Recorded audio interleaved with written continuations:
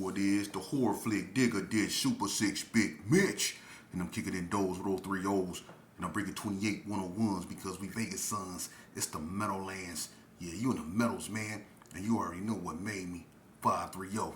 What that mean? Yeah, desert, baby. You already know. Boom! Hubba dub. 22-inch gold, that a dang scrub. And these can never be McLean's. I'm Big Bolo Yang. No, I'm just playing. Welcome to Vegas Chronicles with the whole Super 6 Big Mitch. And you know what we do. We kick actual factuals over here with no additives, no preservatives. The straight raw and uncut. Like summer sausages and crackers. You already know. Shout out to everybody that's been rocking with your boy. You know, I'll be building this thing brick by brick. To the people that wish my videos be longer, I'm going to start back live streaming, man. I know these cut off a lot when I'm in the midst of talking, and I know that make a lot of people uneasy. I'm going to start live streaming and giving y'all longer videos, man. Shout out to everybody that's been supporting me and would like to see longer videos, man. That means that I'm actually, saying something people want to hear, man. So I'm going to start live streaming. I couldn't go live with people because I don't know if it was this area, but some was interrupting me. But hopefully I got to work the kinks out. We gonna see. But let's jump right off into it. I know I left off yesterday talking about something, man. I got kind of sidetracked, man, with the peanut gallery. I normally don't listen to that when people, but sometimes you gotta, address certain things, man, for real, man, especially when you a stand-up type of dude, but let's jump right into it, man. Let me go over something, man. Some dude seen a video I did with about a week ago with Dante Spencer, and I comment and I try to go back and forth with my audience, and one of them go say that I was lying about our color, green and black, and that the Gersons just started saying crown, and that the Gersons was saying cuz when they started hanging with the 60s.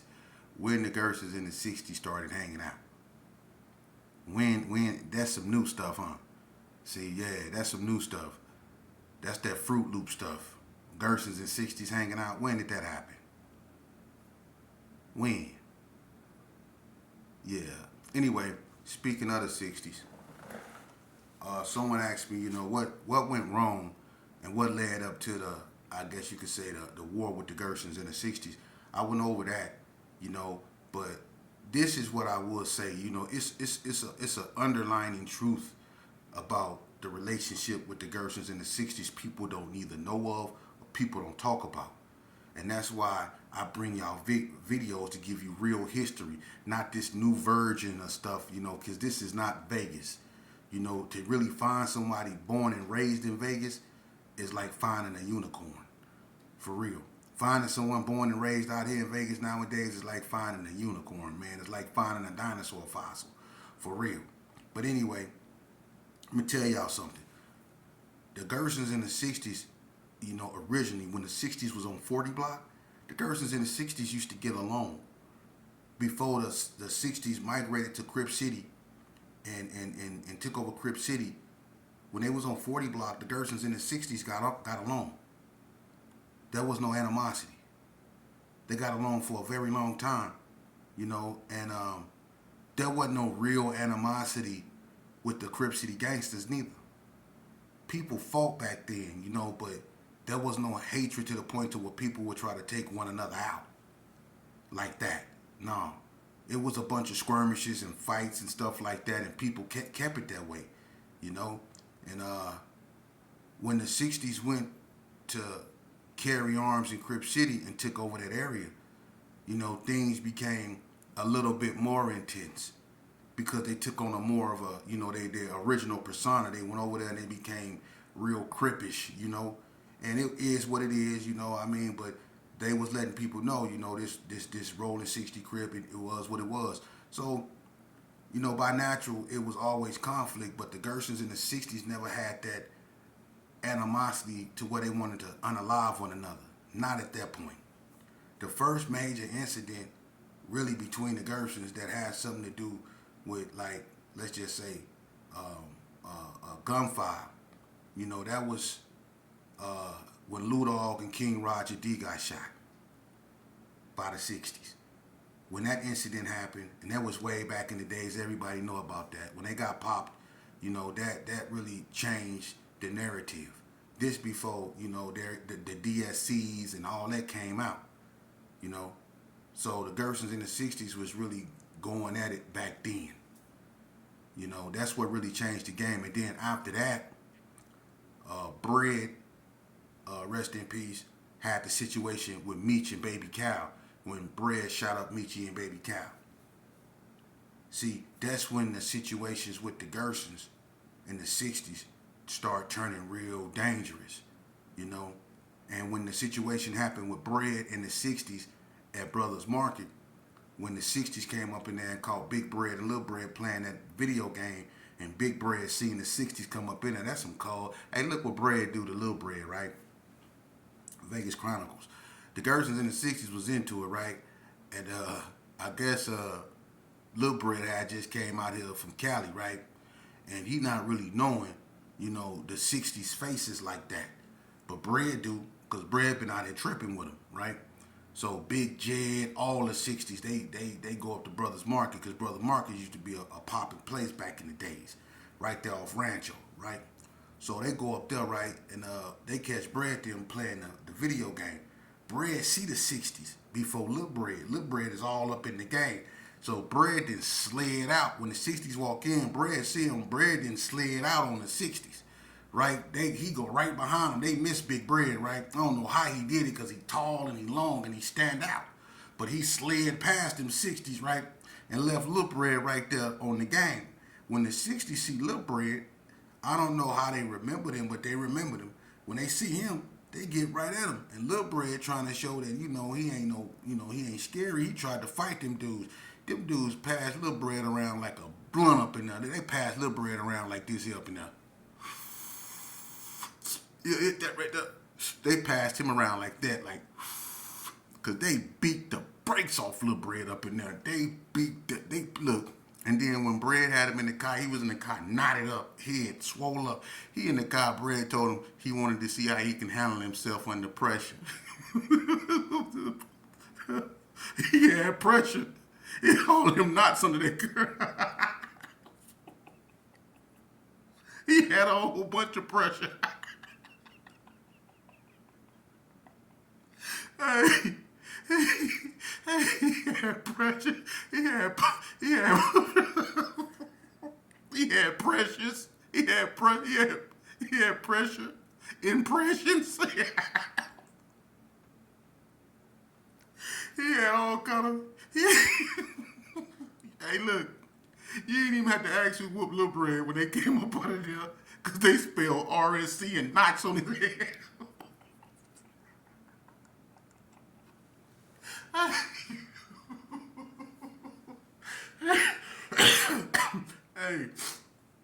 Hey, I don't care. Y'all be laughing at me when I be getting smashed. Lil Bread got the break.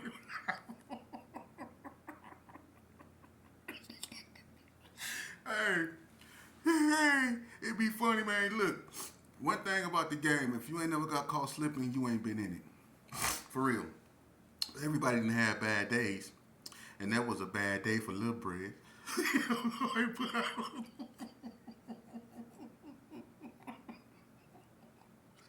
Hey, they put 6 times 10 with the S on the end.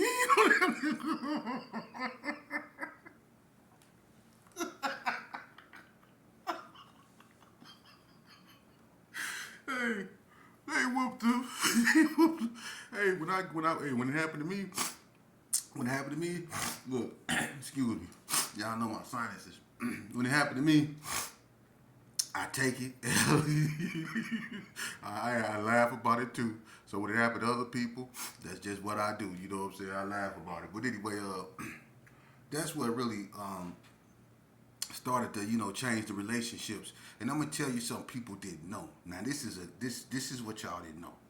Now when the Gersons and the and the DSCs became cool, and the DSCs got into it with the 60s, right?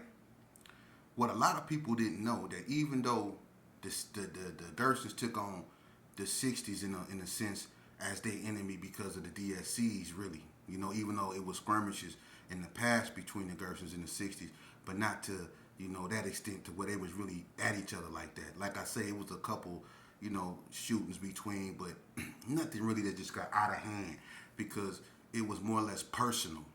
You know what I mean? It was just a couple dudes tripping with a couple Gersons tripping with a couple 60s, but it wasn't all out war. It was never just all out war with the 60s. Even when Donna came out and they got into it with the 60s, and they was really warring with the 60s, the Gerson in the 60s never really got into it like that. I'm going to tell you something.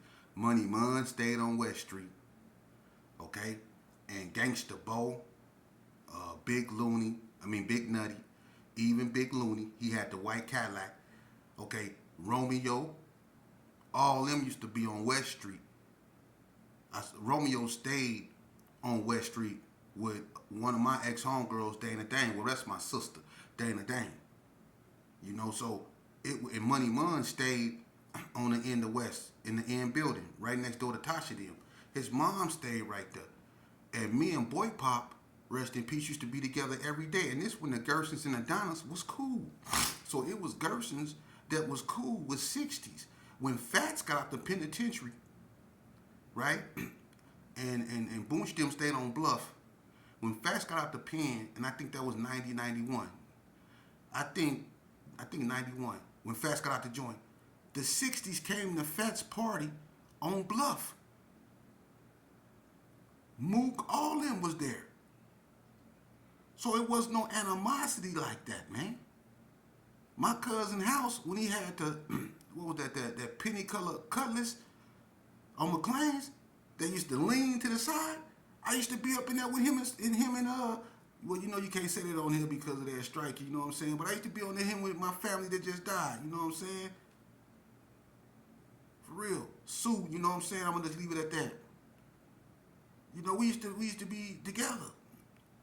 I used to kick it with them. So it was never no animosity like that. See? When the 6-0 shut up Calipo Cadillac, that brown one, right there on Cary, I was out there with Gangsta Boy and all in when that happened. When the Donnas came back and aired it out, I was out there. They laid me down too. It was a few G's, but they laid everything down. So it wasn't like the Gersons in the 60s was in the all-out war because the 60s and the Donnas was. See, that ain't even true. See? That's not true. And I'm going to tell you something else. When 40 Block and the 6-0s was really into it, when the 60s used to come through, they didn't used to go through the G's and shoot up the G's. They used to tap the block. They used to tap the block, even though the block and the Gerson is like brothers. They used to tap the block, but the Gersons wasn't in an all-out war with the 60s during that time. I mean, if the Gersons happened to be out there and they came through, it was what it was, but the 60s wasn't hunting Gersons. It wasn't on like that, see? They was hunting the block. If it was a dude wearing brown on this side of the street and it was a dude wearing green and black on this side of the street and the 60s was coming down the street, I guarantee you they'd get at the dude wearing the brown first. Because that's how it was back then. That's what they was on. But things changed. And when it became the way it became, I was off the street. I was gone. But everybody know what happened. And it's sad that it got like that because even when the Donnas and the 6-0s was warring, when they was warring, that was one of the first worst wars in Vegas. Because when the Gersons and the Coast kicked it off, that was the beginning stage of what was later to become. But when the Donnas in the 60s went to war, that was real bad. Real bad. And war started to escalate as time went on. So when the Gersons in the 60s did get into it, it was all bad. People's mindset was different from drug use and from being in the game. People's mindsets was different. So when that happened, it was just a total new mindset. Because the Gersons in the 60s grew up together, to be honest with you. They grew up together. They went to Bonanza together. They went to Western together. They went to Garside together. The 60s and the Gersons grew up together, man. They went to Booker together. You know, they grew up together. The Gersons in the 60s, we was beatboxing against each other, breakdancing again. Before we started fighting each other, we was breakdancing against each other. We was beatboxing against each other. See, I'm keeping it real. That's an era that not too many people remember. That's an era when a mother can still take her child to the store and not have to worry about getting caught by nothing that wasn't meant for her. See? And we still got out. We still got out in the desert. We used to fight the CCGs. The Gersons and the CCGs used to fight in the desert. The Crip City Gangsters had the cleanest bikes. Mongoose, GTs, Diamondbacks, they had the cleanest bikes, man. You know? But they weren't no punks. They'd get out. And that's what, you know, that's what everything was about. But when, like I say, when the drug era came, that's when everything changed. But nowadays, it went from that to this new thing. Now you got Gersons, 60s, NTGs, and West Coast against Gersons, 60s, Donnas, and Hoods. That's the new thing. And then you got that same clique aligned with another clique. You see what I'm saying? So these dudes be claiming 4 different things in one, man. And some people really expect me to talk about that.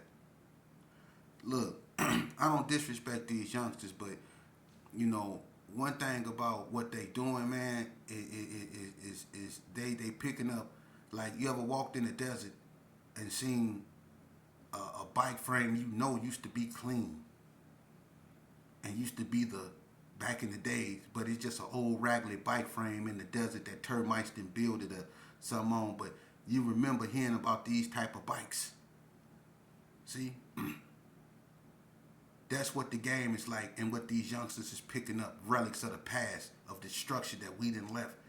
They done picked up something and they done seen what it said and they was like, oh, I remember hearing about this. This is about what my uncles used to be. See? And this is what they calling themselves now. Because the areas a lot of these youngsters claim no longer even exist, especially if you claim Gerson. And some of y'all so quick to say on Gerson, and they ain't never even been over there. You need to start saying on Chaparral, on Mojave, on Alaverde, on Bonanza. Start putting it on Rancho, put it on El Dorado, put it on Valley, put it on Clark, put it on your education. Instead of putting it on some projects or putting it on an area you don't have no control of, but willing to lose your life or take somebody else's over. Put it on them school books. Yeah. Put it on them tests you take. Put it on that math, that algebra with geometry expressions. Put it on that. That's gangster. Anybody can pick up a gun, grow some dreadlocks, get real skinny, and jump around in the mirror. Anybody can do that. But which one of y'all can pull your pants up, clean cut, cut your hair up, put some common sense in your head, go to school, and actually sit there and give yourself a chance to learn? That's gangster. But you don't want to do that because that go against social norms. For real. You don't want to do that because them ain't the people that's talked about. Them ain't the people that got the spotlight, the people that's in the classroom, the people that respect their moms, the people that respect themselves. They ain't the people that's on TV with all the bands. So y'all don't want to be like that. Y'all want to be up here with like these old dudes on here talking about on my mama, on Paru, on Crab, on this and on that. Y'all want to be up here doing that, huh? Y'all want to be up here and you going to end up just like Crip Mac. Locked up. On Fight Crab. That's what's going to happen to you. Because when you sitting up here acting like a clown, understand something. Your so-called friends ain't the only ones watching. Law enforcement watching you too. And they waiting on you to say the wrong thing. They watching the circus. And that's a shame. Because when you see so many of our own people sitting up here behaving like that, and when people criticize us and say some of the most disrespectful things, it's hard to get mad. Because look how we act. Look how we act. I bring you stories of Vegas and I show you the destruction of my era. And I always tell you this, my era was the worst era. All this stuff you see going on was because of my era. My era was the worst era. Gang units was created because of my era. Enhancements were instated because of my era. My era was the worst era. So speaking from my era, I feel I'm qualified to tell these youngsters the truth. What y'all out here doing, man, you're going to end up like I did. You're going to end up in the penitentiary with a whole bunch of time and you still going to think you tough. Until them years get to compiling up on you and weighing down on you. And that chest you used to poke out go become sunken in. Because that weight go start to weight down on you. So your chest go from like this and you going to be go hunched over like that because all that weight on you. And your so-called homeboys, they going to be coming back with little time. And you go watch them get old while you still up in there hunched over. Eating the same breakfast, the same lunch, and the same dinner over and over again. You going to be stuck up in there still thinking you tough. Hitting that, you know, on that spice and all that old stuff. Falling out up in there. Having what they call episodes. Oh, he had an episode last night. He was tripping off that speed ice and pushed the doctor. Now he in the hole. Yeah, that's what you gonna be in there doing. Them gonna be your days. Trying to get your dreads chain braided. That's what you gonna be in there doing. And when that 14th and that 15th year kick in, and you still up in there, you ain't gonna think you tough no more. Because you gonna wanna go home. If you got a mom's, you know how you listen to your mom's voice? And over the years, you can hear your mom's voice go to perky, to settled. And then it just get kind of like old and cracky. You can hear the voice, you can hear the agent in her voice, your own mom's. I used to hear that in mine. And it's a scary feeling because you don't want to be up in there and something happened to your mom or God call your mom home and you still up in the penitentiary. You don't want to be up in there, man. So you got that fear. But some people, they stuck in it, ain't nothing they can do, and they know they gonna be in there, even when God call their moms home. They don't think they tough. They read the word every day, man. Or the Quran, or whatever they believe in. That's what they do. Because they need God to walk with them. They don't think they tough. So while y'all youngsters out here going psst and waving me off at the camera, do that. Because when that gavel drop, and that time handed out, and you escorted back to what you go be, you ain't gonna be so tough no more. Yeah. When you get that bunch of time, see, they give you a gang of time. See, back when they gave you a gang of time. And then when they give you your time, you go back to a cell, right? This the old county. You go back to a cell when they give you a gang of time, they give you a life sentence, right? You go back to your cell, and then you know what they give you? They give you a cold sack lunch after they gave you a life sentence with 2 bologna sandwiches, 2 boiled eggs, and a piece of cake. After they just gave you a life sentence. And they give you 2 mustards and 1 mayonnaise. Yeah. After they just gave you a life sentence. And for real. And they telling you right then and there. Get used to that. But that's going to be your reality. For life. Remember how we say for life? They show you what for life really mean. Yeah. How long you got, sheep? For life. See? Yeah.